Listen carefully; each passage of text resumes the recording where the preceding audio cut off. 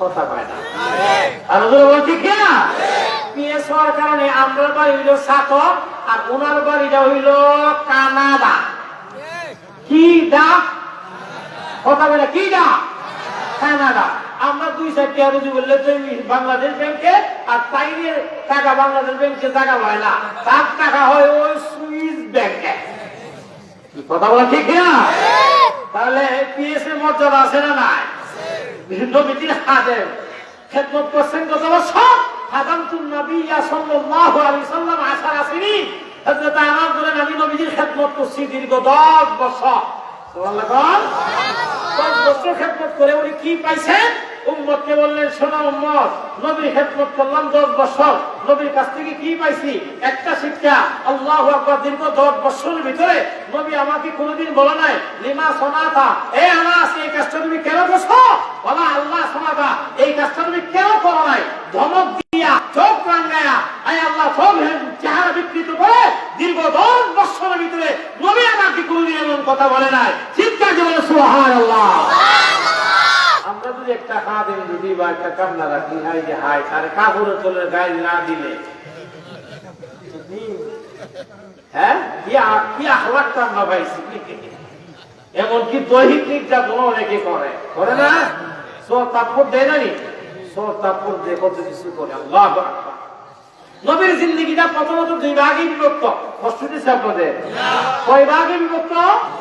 একটা হলো কাবলান নবুয়া আর একটা হলো বাআদান নবুয়া। কাবলান নবুয়ার বয়স 40 বছর, বাআদান নবুয়ার বয়স হলো 23 বছর। 40 আর 23 যোগ করলে কত হয়? 63। এই 23 বছর আগে 2 ভাগে বিভক্ত। একটা হলো মাক্কি জিন্দেগি আর একটা হলো মাদানী জিন্দেগি। মাক্কি জিন্দেগির বয়স হলো 13 আর মাদানী জিন্দেগির বয়স হলো 10। 13 আর 10 যোগ করলে কত হয়? কথা বলে না, কত হয়? 23। মাক্কি জিন্দেগির বৈশিষ্ট্য হলো কষ্টের জিন্দেগি, মাদানী জিন্দেগি হলো সুখের জিন্দেগি। মানুষের আগে কষ্ট আসে, পরবর্তীতেই সুখ আসে। আল্লাহ কোরআনে বলেছেন ইন্নামা আল উসরি ইউসরা। কথা বলে ঠিক কিনা? হায় হায়, মাক্কি জিন্দেগিটা ছিল কষ্টের জিন্দেগি। নবী কষ্টের জিন্দেগি ছিল। এক পর্যায়ে নবীজি বেঈমান কাফেরদের পক্ষ থেকে নির্যাতন পাইতে বেঈমান কাফেররা নবীকে এমন কোন নির্যাতন নাই যে নির্যাতন করে নাই। কথার দ্বারা কষ্ট, কাজের দ্বারা কষ্ট, এমনকি দৈহিক নির্যাতন পর্যন্ত করেছে। নবীজির শরীর মুবারক থেকে রক্ত পর্যন্ত প্রবাহিত করছে। এক পর্যায়ে আল্লাহ পাকের পক্ষ থেকে হুকুম আসলো হিজরত করার জন্য। নবীজি চলে গেলেন খানায়ে কাবা ওয়ালের সামনে। খানায়ে কাবার সামনে চলে গেলেন গভীর রাতে। এইভাবে বিশ্বনবী রাহমাতুল লিল আলামিন খানায়ে কাবার সামনে চলে গেলেন গভীর রজনীতে। খানায়ে কাবার সামনে গিয়া নবীজি কাঁদে, চোখের পানি ছেড়ে দিয়া কান্দা বলে, খানায়ে কাবা কাবার দিকে তাকাইলে 120টা রহমত নাযিল হয়। খানায়ে কাবার দিকে তাকায় বলেন, ওরে খানায়ে কাবা, আমার জন্ম হলো মক্কাতুল মুকাররমায়, আমার মার জন্ম হলো মক্কাতুল মুকাররমায়, বাবার জন্ম মক্কাতুল মুকাররমায়, সবার জন্ম হলো মক্কা। আমাকে আল্লাহ নবী বানায় পাঠাইছে। হে আল্লাহ, মক্কার মানুষ নির্যাতন করে, আমার দেশের মানুষ আমাকে নির্যাতন করে, কথার দ্বারা কষ্ট, কাজের দ্বারা কষ্ট, এমনকি দৈহিক নির্যাতন পর্যন্ত করেছে। খানায়ে কাবা আল্লাহ পাকের হুকুমে আমি চলে যাব মদিনায়, তবে তোমাকে ছেড়ে আমার মনে যেতে চাই না, মনে যেতে চাই না। আল্লাহু আকবার। নবীজি খানায়ে কাবার সামনে দাঁড়ান, চোখের পানি ছেড়ে কান্দে। কান্দতে কান্দতে এক পর্যায়ে খানায়ে কাবা থেকে বিদায় নিয়ে সাহাবায়ে কেরামকে নিয়ে উনি মদিনাতুল মুনাওয়ারা উনি চলে যাবেন, হিজরত করবেন। গভীর রাতে উনি হিজরত করবেন। উঠলেন, একটা উটের উপরে আরোহণ করলো। আল্লাহু আকবার। সাহাবায়ে কেরাম ওনারাও আরাম করলেন। উটের উপরে আরোহণ করে রওনা দিয়েছে মদিনার দিকে যাইতে আছে। নবীজির চোখের মধ্যে পানি, বারবার খানায়ে কাবার দিকে, মক্কাতুল মুকাররমার দিকে তাকায়। আল্লাহু আকবার। নিতেই আছে। এক পর্যায়ে উনি মদিনার ভূখণ্ডের মধ্যে যখন ওনার উট মুবারকটা পাড়া দিয়েছে, মদিনার ভূখণ্ডের মধ্যে উট পাড়া দেওয়ার সাথে সাথে নবীজির শরীর মুবারকের মধ্যে চাদর ছিল, এই চাদরটা উনি সরায়া দিয়েছে, চাদরটা উনি সরায়া দিয়েছে।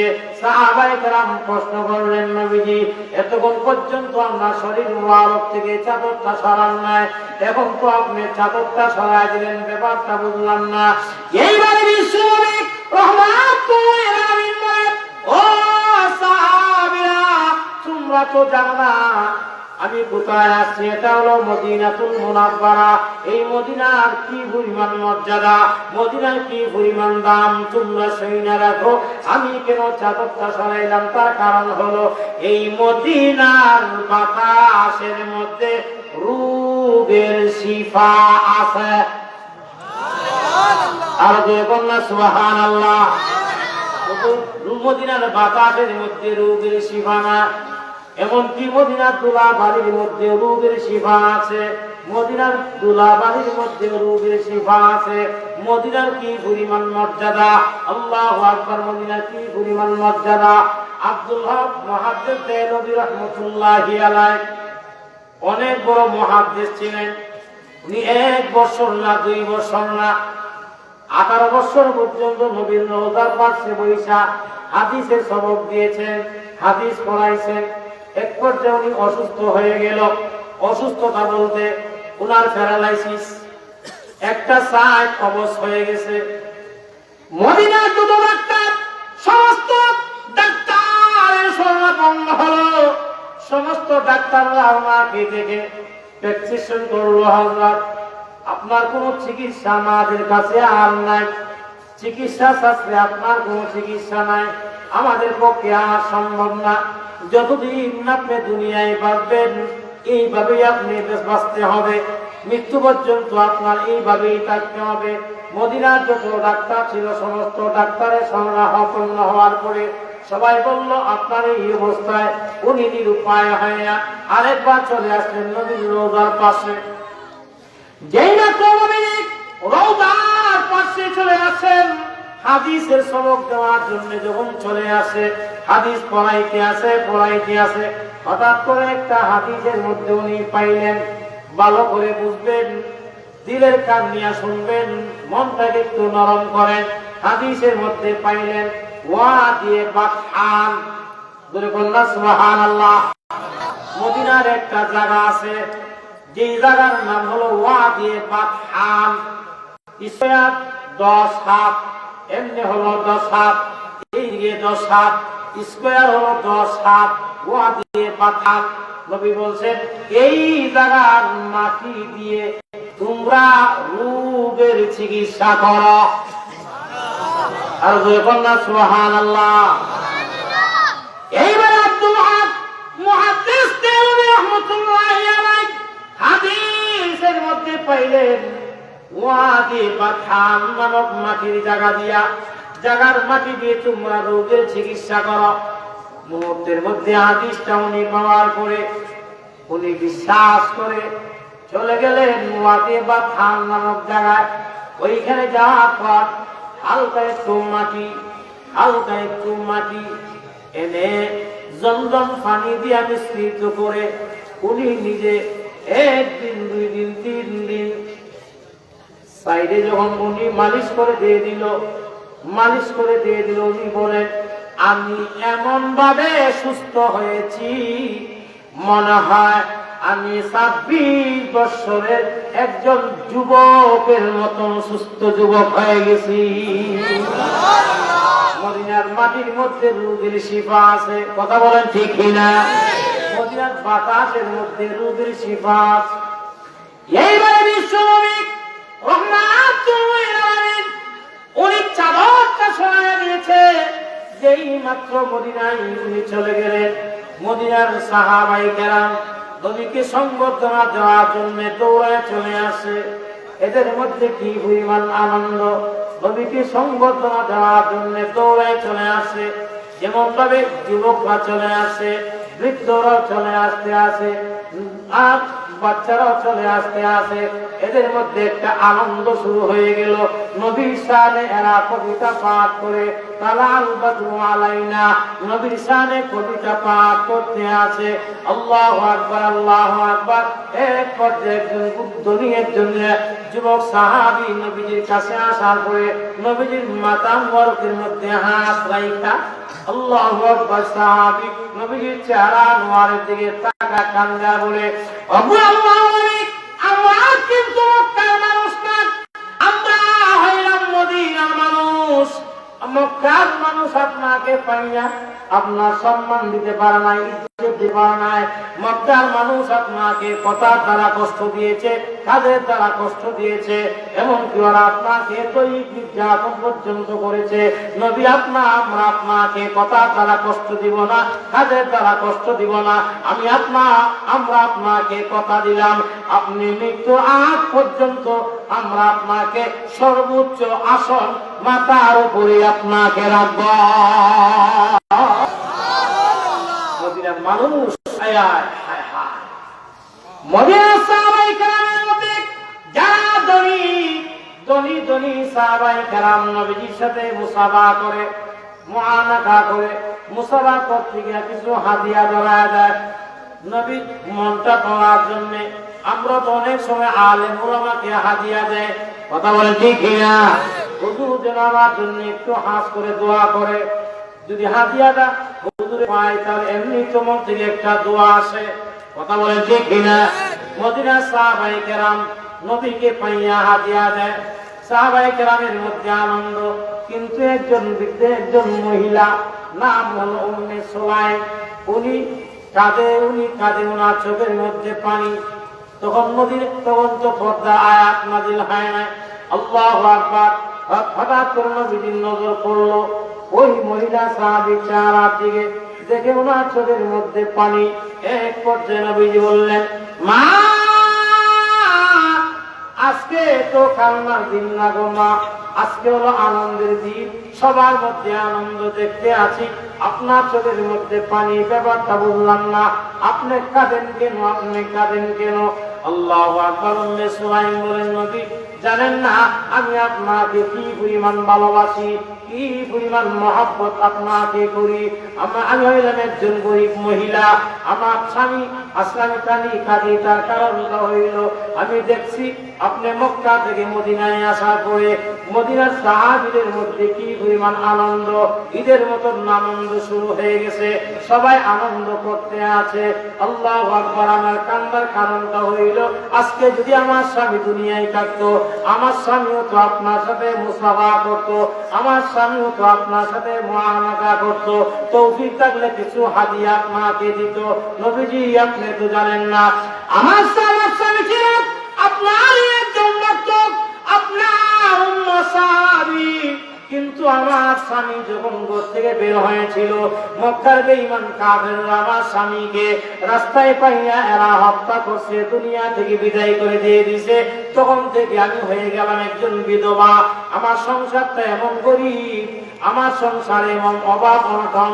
সকালে যদি সংসারে চুলায় আগুন জ্বলে, বিকালে আর জ্বলে না, বিকালে আগুন জ্বললে দুপুরে আগুন জ্বলে না, একবেলা খাইলে আর একবেলা খাইতে পারি না। আমি যে আপনাকে কিচ্ছু দিতে পারলাম না, এই ব্যথায় কাঁদতে আছি। নবীজি আমার কোনো কিছুই নাই গো নবী, তবে আমার একটা ছেলে আছে, ছেলের বয়স হলো 6 বছর। এই ছেলের নাম হলো আনাস। জোরে কন্যা সুবহানাল্লাহ। এই ছেলের নাম হলো আনাস। নবী আপনি যদি অনুমতি দেন তাহলে আপনার খুশির জন্য আমার নারী চিরাদন এই 6 বছর ছেলেটাকে আমি আপনার জন্য ওয়াকফ করে দিয়ে দিব। আল্লাহু আকবার। 6 বছরের বাচ্চা আনাস, যিনি নবীর খাদেম। জোরে কন্যা সুবহানাল্লাহ। আল্লাহু আকবার। নবীজি কহেন তোমার এত বড় কুরবানি, নবীজি মুহূর্তের মধ্যে আনাসের মা এই ইয়াটা কবুল করে নিয়ে নিছে। যাও, আমি সাক্ষী সাহাবায়ে কেরামকে সাক্ষী রেখে বলবো, এই শোনো, তোমাদেরকে সাক্ষী রেখে বললাম এই উম্মে সুলাইম তার মা এবং তার ছেলের নাম আনাস। আনাস আমি গ্রহণ করে নিয়ে নিলাম। আনাস হলো আজ থেকে আমি বিশ্ব নবীর খাদেম। সুবহানাল্লাহ। খেদমত করছেন কত বছর? কথা বলা কয় বছর? সামনে কি বাড়বো? সামনে কি বলবো নাকি শেষ করে দিব? হ্যাঁ না কিছু বলে না দিদি, বাপ বলা না, বলবো। আল্লাহ আকবার। হযরত আনাস রাদিয়াল্লাহু তাআলা বলে আমরা একটা যুদ্ধের ময়দানে গেলাম। যুদ্ধের ময়দানে যাওয়ার পর ফজরের নামাজ নবীজির ইমামতিতে আমরা আদায় করলাম। এদিকে তাকান, ফজরের নামাজ নবীর ইমামতিতে আমরা আদায় করলাম। আমরা হইলাম সুলতান আর নবী হইলেন সেনাপতি। সুবহানাল্লাহ বলবেন না? ফজরের নামাজ নবী ইমামতিতে আদায় করছেন। ফজরের নামাজের কিছুক্ষণ পর সূর্য উদিত হয়, সূর্য উঠে। সূর্যের কাজ হলো জগৎবাসীকে আলো দেওয়া। এখন সূর্য আমাদের মধ্যে নাই, এই জন্য একটা মাহফিল করাবেন, কতগুলো লাইটের প্রয়োজন হয়েছে। কি কথা বলা ঠিক না? সূর্য যখন আসে তখন এই লাইটের কোনো প্রয়োজন নাই। সূর্যের কাজ হলো জগৎবাসীকে আলো দেওয়া। সূর্য হলো আমাদের গোলাম, চন্দ্র হলো আমাদের গোলাম। এই পৃথিবীতে আপনি যা কিছু দেখেন আর না দেখেন সবগুলো আল্লাহ পাক আমাদের উপকারের জন্য আমাদের গোলাম বানায় আল্লাহ সৃষ্টি করেছেন। সুবহানাল্লাহ। তাহলে আমাদের দাম মর্যাদা আছে না নাই? কথা কয় না কেন? আছে না নাই? এই আমি কালো হতে পারি, গরিব হইতে পারি, তবে আমার মর্যাদা আছে মিয়া। সূর্য আমার গোলাম, চন্দ্র আমার গোলাম, আমি রিক্সাওয়ালা হতে পারি, ঠেলা গাড়িওয়ালা হতে পারি, কিন্তু আমার মর্যাদা কি? এই যা কিছু আছে সবগুলো হলো আমার গোলাম। এবার আপনারা চিৎকার দিয়ে বলুন তো দেখি, আমরা কার গোলাম? এত আসতে বললেন, আমরা কার গোলাম? আমরা হইলাম আল্লাহ পাকের গোলাম। তাহলে আমাদের মর্যাদা আছে না নাই? সূর্য পৃথিবীর পূর্ব প্রান্ত থেকে উদিত হয়, উদিত হয়ে সারাদিন মাখলুকাতের গোলামি করে আল্লাহ পাকের হুকুম পালন করে। সূর্য চন্দ্রকে অতিক্রম করে না, চন্দ্র সূর্যকে অতিক্রম করে না। লাশামসু ইয়ামবাগি লাহা আন তুদরিকাল কামার ওয়াল লাইলু সাবিকুন নাহার। হায় হায়, একজন আরেকজনকে অতিক্রম করে না। যার যার কক্ষপথ দিয়ে আল্লাহ পাকের হুকুম অনুযায়ী পরিচালনা হয়। পরিচালনা হওয়ার পর বিকালে পশ্চিম প্রান্তে এই সূর্যরা অস্ত হয়ে সুদা আল্লাহ পাকের আরশে আজিমের খুঁটির নিচে একটা শুকরানা সেজদা দেয়। শুকরানা সেজদা দিয়া এই সূর্য আল্লাহ পাকের কাছে দোয়া করে। আল্লাহু আকবার। দোয়াটা কি? আল্লাহ তোমার হুকুমটা পালন করতে পারছি, তোমার মাখলুকাতের গোলামি করতে পারছি, এই যে একটা খেদমত করতে পারছি, আল্লাহ তুমি আমার খেদমতটা কবুল মঞ্জুর করো। আল্লাহ পাক সূর্যের দোয়া প্রত্যেক দিন আল্লাহ কবুল করে। আরো জোরে বল। প্রত্যেক দিন আল্লাহ সূর্যের দোয়া কবুল করে। যেই দিন সূর্যের দোয়া আল্লাহ কবুল করবে না, সেই দিন সুজলা সুফলা সুন্দর পৃথিবী আর থাকবে না। সেই দিন কিয়ামত কায়েম হয়ে যাবে। যাই হোক, আচ্ছা, সূর্য ফজরে আগে ওঠে না পরে ওঠে? কেউ ঘুমাই গেছে, আগে না পরে? যারা দিনের 12টা ঘুম থেকে উঠে কেমনে বুঝবো আগে শোনা পরে উঠছে? কেমনে বলবে? এরা ঘুমতে উঠছে দিনের 12টা, তো সূর্য ফজরে আগে উঠছে না পরে উঠছে এ বলবো কেমনে? আচ্ছা, দিনের 12টা ঘুম থেকে উঠুন না, পাবলিক আমাদের সমাজে আছে না নাই? সংখ্যা মনে খুব কম। কথা বলে না, সংখ্যা মনে হয় কম না বেশি? আমরা যে কি পাগলে ভাই, কথা বল না ঠিক না? আগে দেখছি আমরা এসব নামাজের উপরে পুরো গোটা গ্রাম একবার নিস্তব্ধ হয়ে যেত, সব ঘুমায়া তা সুরে 10টা রাত 10টার সময় চুরি করার জন্য প্রস্তুতি নিয়ে চুরি করে নিত। আর এখন কি যুগ আইসেও ভাই, আইছিল ডিজিটাল, এরপরে এখন এলো কিটা স্মার্ট। কি স্মার্ট আমরা হইছি। আমরা এখন ঘুম শুরু হয় রাত্র 4টার সময়, কথা পাই 6টার সময় শুরু হয়। কারণ আমরা তো অনেক দেরি দেখতো, যুবক ছেলেদের উপর সবার দায়িত্ব 1 নম্বর ফেসবুক শরীফ, কথা বলে কি শরীফ? ফেসবুক শরীফ। 2 নম্বর মেসেঞ্জার শরীফ, 3 নম্বর হোয়াটসঅ্যাপ শরীফ, 4 নম্বর ইমো শরীফ। এই 4 শরীফের দায়িত্ব পালন করিয়া ঘুমাইতে ঘুমাইতে ঘুমার ধরে না, যখন ঘুমার রাখতে পারে না, হাত থেকে অটোমেটিক হয়ে যায়, তখন তার ঘুম হয়। কথা বলে ঠিক না? এইরকম রোগী না আসেনি, আসেনি রোগী আসেনি দেখো। এই জন্য সুরি বন্ধ হয়ে গেছে, দেখবেন করে কেন সুরে জানে হে ঘুমাইছে। বাবা দেখতো বাদাম একটু নদী ও সব করবো খারো। এই জন্য চুরি বন্ধু গেছে কেন্দ্র এখন রাত্রেবেলা চুরি হয় না। চুরও বুঝে বাদাম দেখাই ঘুমাইছে না। যুবক জীবন সদা, যুবক জীবন সদা। মাশাআল্লাহ মুরব্বীরাও কম না, মোবাইল খাইয়ে বাবা একবারে 17 বছর যুবক। কথা ঠিক না? ছেলে বিদেশ, লন্ডন, আমেরিকা। বাবা তুই বাংলায় চিটনি দিকে দিকে মারে। এতে করে আমরা সব অসুস্থ হয়ে যাচ্ছি। আল্লাহ রাত্রি বানাইছেন ঘুমের জন্য, ঘুমায় না, না ঘুমায় সজাগ। এখন এমন কোন মানুষ নাই যে অসুস্থতা নাই। কথা বলেন ঠিক না? এই জন্য সব অসুস্থতা পাইছে আমাদের। দেখ কথা লম্বা না, যেদিকে বলছিলাম হযরত আনাস বলেন নবীজিকে নিয়ে আমরা যুদ্ধের ময়দানে গেলাম, ফজরের নামাজ আদায় করলাম। কিছুক্ষণ পর সূর্য উদয় হবে, গোটা দেশটা আলোকিত হয়ে যাবে। সূর্য উঠছে, তবে সূর্যের মধ্যে আলো নাই। কি নাই? কথা বলে না, কি নাই? আলো নাই। যখন আলো নাই দৃশ্যটা দেখলো, নবীজির সুন্দর চেহারা আনোয়ার মলিন হয়ে গেছে। নবীজি তো সর্বশ্রেষ্ঠ সুন্দর ছিল। সুন্দর মানুষ যদি চেহারাটা মলিন করে, এটা কিন্তু ফুটটা উঠে। কথা বলে ঠিক না? আর আমার মতন কালা কানলে যে তাল, হাসলে ওই তাল। কথা বলে ঠিক না?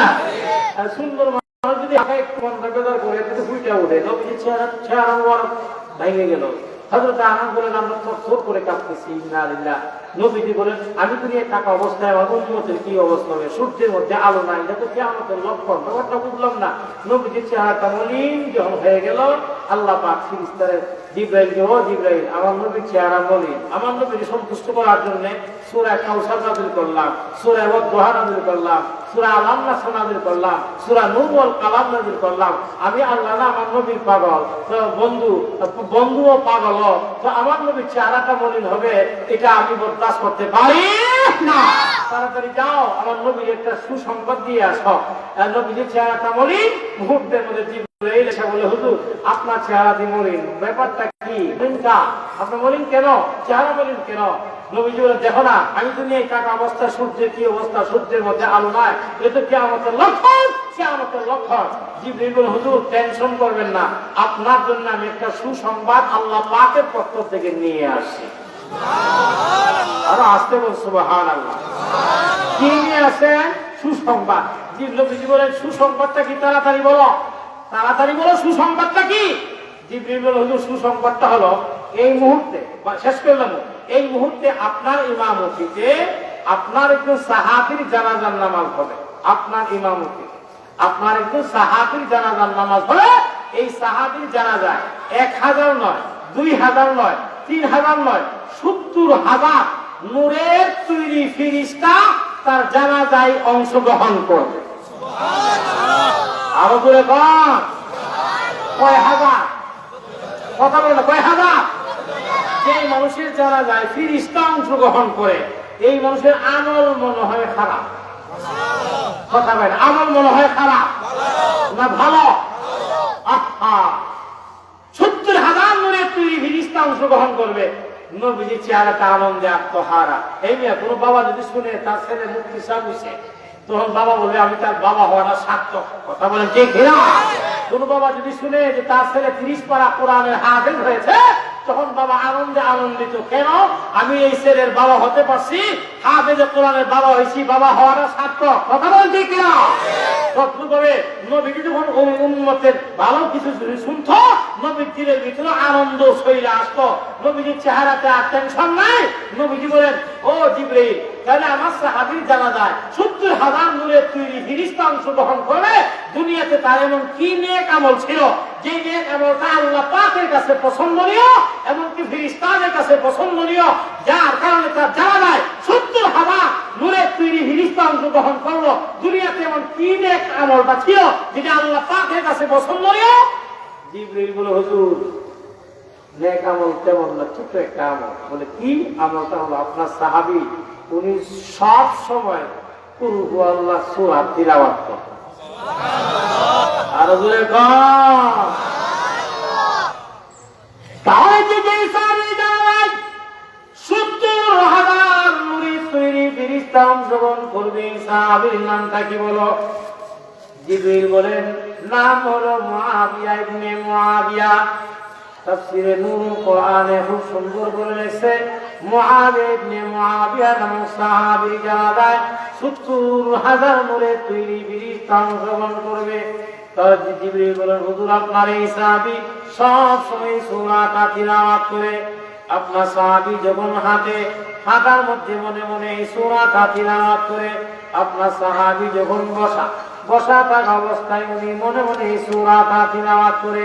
আপনার সাহাবী যখন কারোর সাথে কথা বলে কথার ফাঁকে ফাঁকে এই সূরাটা তিলাওয়াত করে। অর্থাৎ আপনার সাহাবী যতক্ষণ সজাগ, ভালো করে বুঝবেন, আপনার সাহাবী যতক্ষণ সজাগ এতক্ষণ পর্যন্ত এই সূরাটা তিলাওয়াত করে, এই সূরাটা মনে মনে তিলাওয়াত করে, তাহলে এই আমলটা আমাদের পক্ষে সম্ভব না অসম্ভব? কথা বলে সম্ভব না অসম্ভব? আপনাদের এই সূরাটা মুখস্থ আছে না নাই? কথা বলে আছে না নাই? আপনার সাহাবী সবসময় তিলাওয়াত করে। এই যে তিলাওয়াত আল্লাহ পাকের কাছে পছন্দনীয়, এমনকি ফেরেশতাদের কাছে পছন্দনীয়, যার কারণে তার জানা যায় ১,০০০ নয়, ২,০০০ নয়, ৭০,০০০ নূরে তৈরি ফেরেশতা অংশগ্রহণ করেছে। বলেন আল্লাহু আকবার। আল্লাহ পাক যেন আমাদেরকে এই সূরা বেশি বেশি তেলাওয়াত করতে পারি, আল্লাহ আমাদেরকে তৌফিক দান করবেন, আমিন। আরো বলবো কি কথা বলবো? আমরা কি করব? চলবো হুজুর। ইয়া আল্লাহ, এক সাহাবী নবীর দরবারে এসে বলল আমার অভাব দূর হয় না। কিতা দূর হয় না? কথা বলেন, বলতে হবে কি দূর হয় না? আচ্ছা, আমরা যারা মাঠে এখানে বসছি 12টার পরে, আমরা কি সবাই সুখী না অভাবীও আছি? কথা বলতে হবে, অভাবী আসিনি না সবাই সুখী? আমার মনে হয় অভাবী সংখ্যাই মনে হয় বেশি। কথা বলেন ঠিক না? আমারও তো অভ্যাস খারাপ, কিন্তু ভালো বুঝবেন অভ্যাসটা কিটা। আমরা সংসারে যদি অভাব থাকে তাহলে আমরা অভাব দূর করি খারাপ কথা, ঘুষ খায়া, সুদ খায়া, এরপরে অন্যরে মাইরা পকায়া, কেমনে তাড়াতাড়ি গরু দুটা। কি কথা বলেন ঠিক না? সুদ খারাপ ভাবলি সমাজ আছে না না? আপনারা লাগাত মনে হয় নাই? আছে আছে। লন্ডনে লাগা মানে সুদ খারাপ।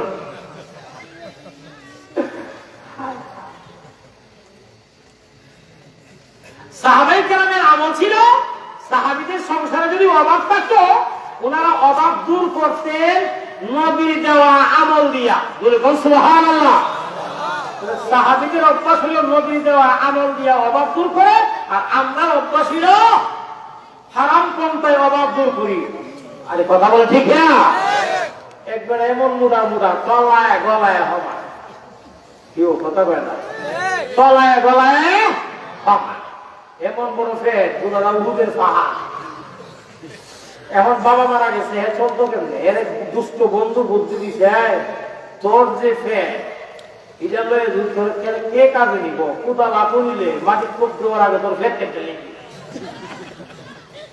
এমন তলায় গেলে উহুদের পাহাড়, তোর কি অবস্থা কেমনে চলবে? একটা বুদ্ধি দিয়ে গে, বলে পিতা বুদ্ধি রইল চাষানা তোর জমি দিয়ে গেছে, বলে হ একটা কাজ কর, তোর কোনো কষ্ট লাগবে না, কেউ তো নিবেই না, তোর কষ্ট হবে না, একটা বুদ্ধি শিখে দেবে পিতা, তো সুদের ব্যবসা লাগাই এক কাজ কর, জমি 2 কেয়ার বিক্রি করে না, জমি 2 কেয়ার জমি বিক্রি করে ক্যাশ কিছু টাকা লইয়া সুদে মেরে দে, দেখবে তোর অভাব থাকবে না।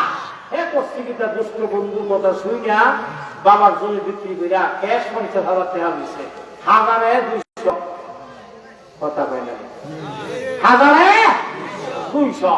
এখন ওই যে দারুণ বাজারে গিয়ে একটা চেয়ার লয়া বইছে, আর এলাকা কানে কানে জানাই দিছে, হ্যাঁ সুদের টেহা দেয় 1,200, 1,200। সুদ খুঁজে রাখবে, সুদের টেহা নেই, এটা কেমনি খবর পাইয়া এখন ঢের কাছে আসে। আবার বলবো ভাই 1,000 টাকা দো, ও দিবে কোন সময়? বিকালে। বিকালে বলতে রাত 8টার আগে দিবে, কিন্তু ঠিক আছে অসুবিধা নাই, 1,200 1200 দিবে, অসুবিধা নাই। তোর নাম কিতা? ও সলিমুদ্দিন লেখছে, সলিমুদ্দিন মোবাইল নাম্বার লেখছে, আরেকজন আইছে 200 1,000। তো এরকম করতে করতে 50,000 টাকা সুদখোরের কাছে দিল, আধা ঘন্টায় বিলি করে নিছে। বিলি করার পরে তখন মাসাল্লাহ আচ্ছা বন্ধু দেখি 50,000 টাকা যদি হ্যাঁ বিলি করে সকালে যদি দেয় বিকালে যদি টাকা ভা তাহলে হ্যাঁ লাভ কয় হাজার 10,000 কয় হাজার 10,000। যেই লোকের পার ডে প্রত্যেকদিন 10,000 টাকা ইনকাম এর কোন টেনশন আছে? কথা বলা টেনশন আছে? তো বাজারে বড় মাছ আমি মোল্লা খাইতাম না হে খাইতো, হ্যাঁ খাসি বস্তু কি আমি খাইতাম না হে খাইতো, হে কি আমারটা বড় হতো না হেটা হইতো কিতাই না উহুদের পাহাড় পাও নাকি নামাজিও মাশাআল্লাহ একবার পাক্কা নামাজি সুদ তো টেনশন নাই নামাজ কিতা পড়ে একবার সেজদা দিতে কপাল দাগ ফলাই দিছে। তাই এই ইমামের পিছনে বুঝা যায় সানি ইমাম কি কথা বল ঠিক না? কতক্ষণ করে ইমামরে ভুল ধরে, কতক্ষণ করে মুয়াজ্জিনরে ভুল ধরে, কতক্ষণ করে হাদেনদের দমক দেয়। আর 70 টাকা আছে তো মুয়াজ্জিন ইমাম খাদেম তরতর করে খাবে। বাংলাদেশের সবচেয়ে নিরীহ মানুষ হলো ইমাম মুয়াজ্জিন। না আসতে বল ঠিক গুলো বলেন ঠিক না? যে পারে না হে ইমামরে দম খায়, যে না পারে এও হ্যাঁ মুয়াজ্জিনের দম খায়। বউর সাথে পারে না ইমামের সাথে পারে। কথা বলা ঠিক না? আজ বাংলাদেশের সবচেয়ে দুর্বল বেতন একবার কম বেতন হলো ইমাম আর মুয়াজ্জিনের। এই যে কথা বল ঠিক না? তাছাড়া এরপর আমরা কোন সালাত উফরি আছে উফরি আছে উফরি আছে উফরি ধরো উফরি তোমার কেন কিছু উফরি দিতা? কথা বল ঠিক না? এই শুনেন একজন ইমাম আপনার 5 ওয়াক্ত নামাজের পরে আপনার জন্য দোয়া করে, আপনার মার জন্য দোয়া করে, আপনার বাবার জন্য দোয়া করে, মহল্লা জিন্দা মুর্দা সবার জন্য দোয়া করে। আর তার বেতন বুঝি ভাষাবা, তার বেতন হইতে নিম্ন 20,000। কারণ বাজারের যে অবস্থা ওখানে হাত দিলে হাত শুরু যাওই যা টাকা লাগাও হয় না। কথা বল না ঠিক না? বাস্তব না বাস্তব? এই যে ইমামের বেতন বাড়াই দিবেন ইনশাল্লাহ, বলেন ইনশাল্লাহ। হায় হায় এখন তো মুয়াজ্জিন আল্লাহ আজ জানি প্রতিদিন যা আল্লাহ এরে দেন। হায় হায় বিকাল হয়ে গেছে, রাত 8টা বাজে। এখন লিস্ট দিকে দিকে নাম ঘোষণা, নাম ঘোষণা। এখন মোবাইল নাম্বার আছে, হাতে লইছে মোবাইল, একটাও আয় না। এক নাম্বার করে ফোন দিতে শুরু করছে। যেই মাত্র ফোন দিল, প্রথম নাম্বার ফোন দেওয়ার পরে রিং হয় কিন্তু রিসিভ করে না। কি করে না? রিসিভ করে না। চুপ করে রাখ, পায়ের রক্ত আস্তে আস্তে উপরে উঠতেছে, মাথার দিকে উঠে আর গালিগালা শুরু হয়েছে। দেখবেন যারা সুদ খায় এরা 24 ঘন্টা আধা পাগলের মতন তাকায়। আরে কথা বল ঠিক না? আধা পাগলের মতন রাত ভাব ভেতর টাকা চালা, কে চালা? টাকা চালা। রাত উঠতেছে আর গালি টাকা নিবার সব ভাব ডাকে, চাকা ডাকে, আর ফোন ধরে না, ফোন ধরে না। আচ্ছা এটা শেষ। 2 নম্বরটার ফোন দেওয়ার পরে ইয়া আল্লাহ ফোন বুঝছে, রিসিভ করছে। ওইটা কি তাক পয়সা আইতাছি আসতেছি আসতেছি, কিন্তু খবর নাই। কি কথা বল ঠিক না? 3 নম্বরটার ফোন দেওয়ার পরে এক মহিলা মোবাইলের ভিতর থেকে কয় এই মুহূর্তে মোবাইল সংযোগ দেওয়া সম্ভব? আরো যখন সম্ভব রাগ উঠতে আল্লাহ দারুন বাজারের ব্যবসায়ী যারা আছে সব বাজার আগে করছে, ছাতা সুতার লাগাইয়া বাজার পাহাড়া ছাড়া আর কেউ নাই। সুদ করে টাকার জ্বালা বাজারে এই মাথার থেকে এই মাথা, এই মাথার থেকে এই মাথা আমো গেল সব গেল। কথা বলেন ঠিকিরা? হায় হায়, তাহলে আমরা অভাব দূর করি কি দিয়া? আরাম পন্থায়। আর সাহাবায়ে কেরাম নবীর অভাব দূর করতো নবীর দেওয়া আমল দিয়া। আচ্ছা নবীর দেওয়া আমল দিয়া কারা কারা কোটিপতি হতে চান হাত তুলে? এই আমল দিয়া যায়, আমল দিয়া যায় সবাই। আল্লাহ সবাইকে কবুল করে বলেন আমিন। তো সাহাবী দিয়ে বলছে হুজুর আমার অভাব দূর হয় না, আমি কি করতাম? নবীদের অভাব দূর হয় না? বলেন না। তাহলে একটা আমল বলে দিই, এই আমলটা যদি তুমি নিয়মিত করতে পারো তো আল্লাহ পাক আসমান থেকে রিজিকের ভান্ডার থেকে তোমার এই পরিমাণ রিজিক আল্লাহ দান করব, যে রিজিক তুমি তোমার জিন্দেগিতে খায়া শেষ করতে পারবা না। এমনকি তোমার পাড়া প্রতিবেশী আত্মীয় স্বজন যারা আছে এদেরকে যদি দান করো এরাও খায়া শেষ করতে পারবে না। তবে শর্ত হইল আমলটা করতে হইব। এই আমলটা কি জানা বোঝা দরকার আছে না নাই? নবীজি বলেন 1 নাম্বার দিকে তাকান, সেই যে শেষ করলাম। 1 নাম্বার, তুমি তো ঘর থেকে বের হয়ে আমার দরবারে আসো, আরেকবার বাসায় যাবা না? বলে হুজুর আমি তো বাসায় অবশ্যই যাব। আপনারা যারা ঘর থেকে বেরিয়ে আইছে সবাই তো যার যার বাসায় যাবেন। কথা বল না ঠিক না? তো তো বাসায় যাওয়ার পরে আপনি ঘরে ঢোকার জন্য দরজা খুলে দিব, হয়তো আপনার স্ত্রী খুলবে, না হয় আপনার মেয়ে, না হয় আপনার ছেলে, না হয় আপনার বাবা, যে কোনো একজন দরজা খুলে দিবে। নবীজি বলেন 1 নাম্বার আমল হইল, তুমি যখন ঘরে ঢুকবার সময় 1 নাম্বার তুমি সালাম দিয়া ঢুকবা। সুবহানাল্লাহ। আরো জোরে বলেন কি দিয়া ঢুকবা? সালাম দিব কে? যে ডুববো সে সালাম দিব। ভালো করে বুঝতে হবে কিন্তু। সালাম দিবেন কাকে? সালাম দিবেন যে দরজা খুইলা দিবে তাকে সালাম দিবেন। সুবহানাল্লাহ। আপনার বাসায় গেলেন, আপনার পরিবার দরজা খুইলা দিছে, এখন পরিবার আপনার সালাম দিত না আপনি পরিবারে সালাম দিতে? হাদিসে কি বলছে? যে ডুববে সে সালাম দিবে। তা আপনি তো বাসায় গিয়ে ঢুকলেন, আপনি আপনার বউরে সালাম দিবেন। আচ্ছা, আজকে কে কে আছে আপনার বউরে গিয়ে আপনি সালাম দিবেন? হাত তুলেন, পাবলিক বুঝে হাত তুলেন। কিন্তু আজকে গিয়া যদি বউরে সালাম দেন, বউ কইব আজকে 30টা বছর তোমার সংসার আইলা, প্রথম দিন সালাম দিয়া যে ঢুকছি, এরপরে সালাম দে পুতলা দোহায় যে সাঙ্গ তুইছি, তুমিও আমার সালাম দেও না, আমিও তোমার সালাম দেই না, দেয় না।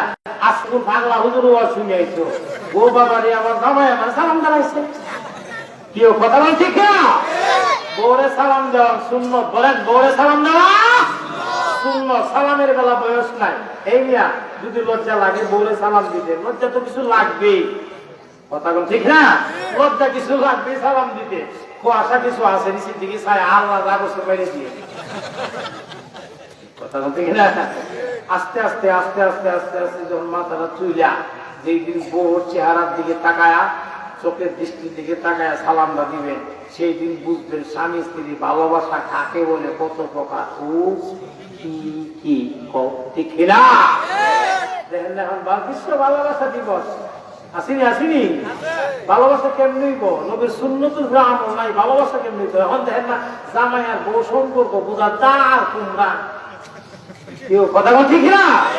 চুলো দুইটা যে বাদাম মারে, এইটাও বাঁকা এবং গুলামের ভূত। কি মাথা ঠিক না? এই যে পরিবেশটা কেন হলো? সুন্নতুল আমল নাই এই জন্য। কথা বলেন ঠিক কিনা? আমি তো আমার বউর প্রত্যেকদিন সালাম দিই, সবসময় সালাম দিই। ভালোবাসা কি কমে গেছে না বাড়ছে? আজকে গিয়ে তুই বউরে সালাম দেন, বউ বলে শুনি হে আমার জামাই কত বালা, ঘুরি বাবারি আমাদের সালাম দেয়। এই মিয়া টিপটা বুঝি দিব, কথা বলা ঠিক না? ভালোই ভাইবা ভাই কথা কইলি না। সুন্নতের উপরে আমল করো।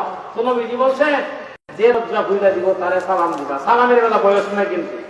ছোট বড়রে সালাম দিব, বড় ছোটকে সালাম দিব, ছোট ভাই বড় ভাইকে সালাম দিব, বড় ভাই ছোট ভাইকে সালাম দিব, উস্তাদ ছাত্রকে সালাম দিব, ছাত্র উস্তাদকে সালাম দিব। কথা বলেন ঠিক না? সালাম আমরা কিন্তু একটা বড় অভ্যাস আছে, আমরা যারা মুরব্বী গেছিলাম, আমি কে সালাম দিতাম? কথা বল ঠিক না? আমি না হের বাবার বয়সে, আমি হের দাদার বয়সে, আমি হের চাচার বয়সে, আমি হের বড় ভাইয়ের বয়সে আমি কেন সালাম দিব? এই না আমার সালাম দিত।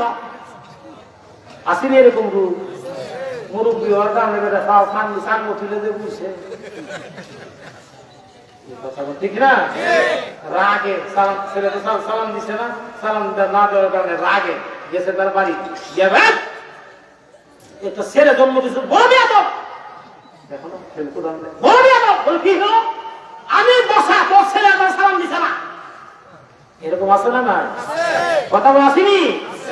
আপনি রাগ করছেন যে এইটাও ঠিক, তবে রাগটা যে ভুল ভিড়েও ঠিক। বলে কেমনে?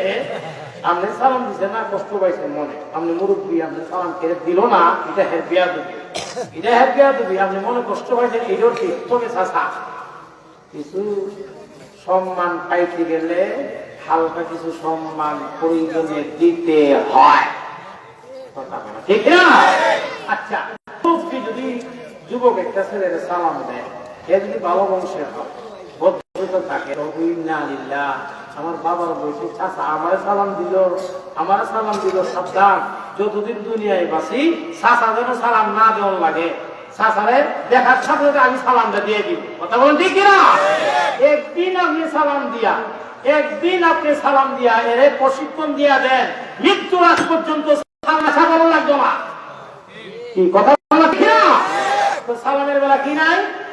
বয়স নাই।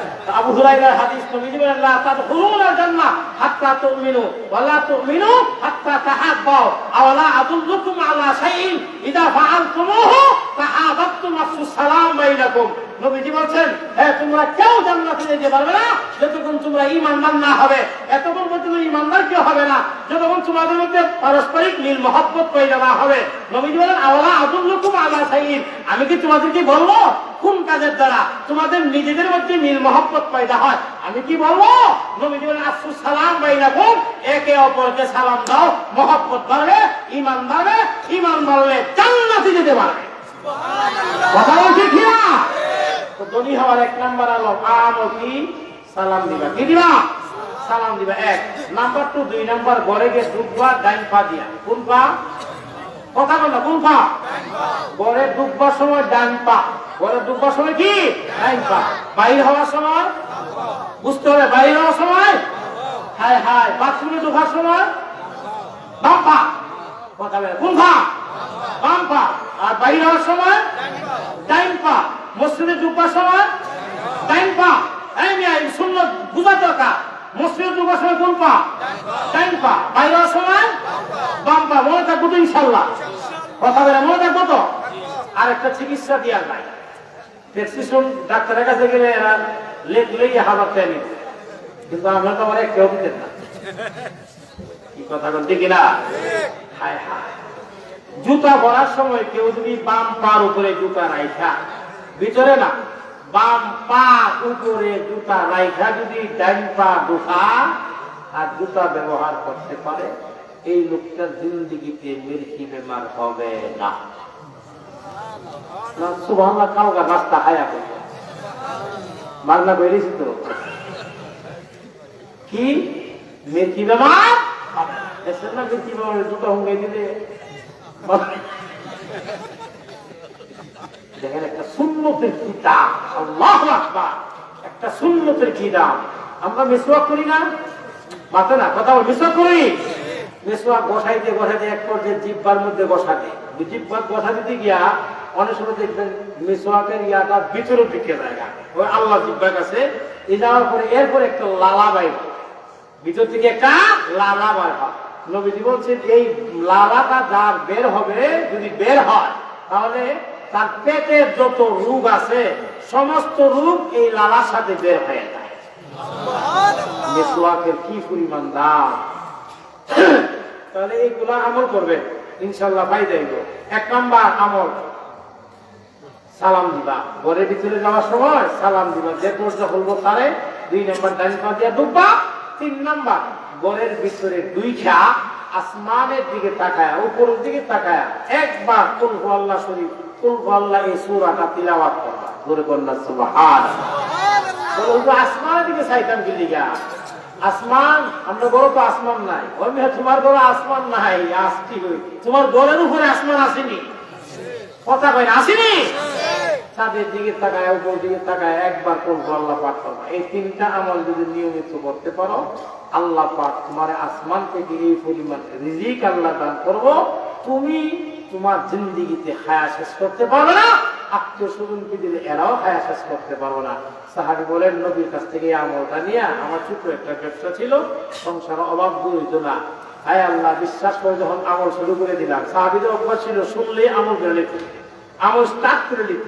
তো গিয়ে বিবির সালাম দিছে, ডাইন পা দিয়া ঘরে ঢুকে উপর দিকে থাকায় একবার আল্লাহ পাক করে। সাহাবী বলেন 3 মাস যাইতে না যাইতে আল্লাহ পাক আমার ব্যবসার মধ্যে এই পরিমাণ রিজিক বরকত দান শুরু করছে।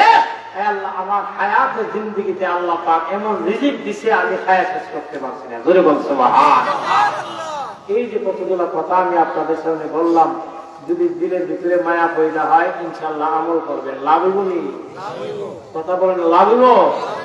আলহামদুলিল্লাহ। আপনাদের ইয়া আল্লাহ 12:30 হয়ে গেছে, তো লম্বা বয়ান। আগামীকাল আমার বয়ান কুমিল্লা নোয়াখালী। দেহ অবস্থান যাইতাম, তুমি আর কিতাব হইতাম।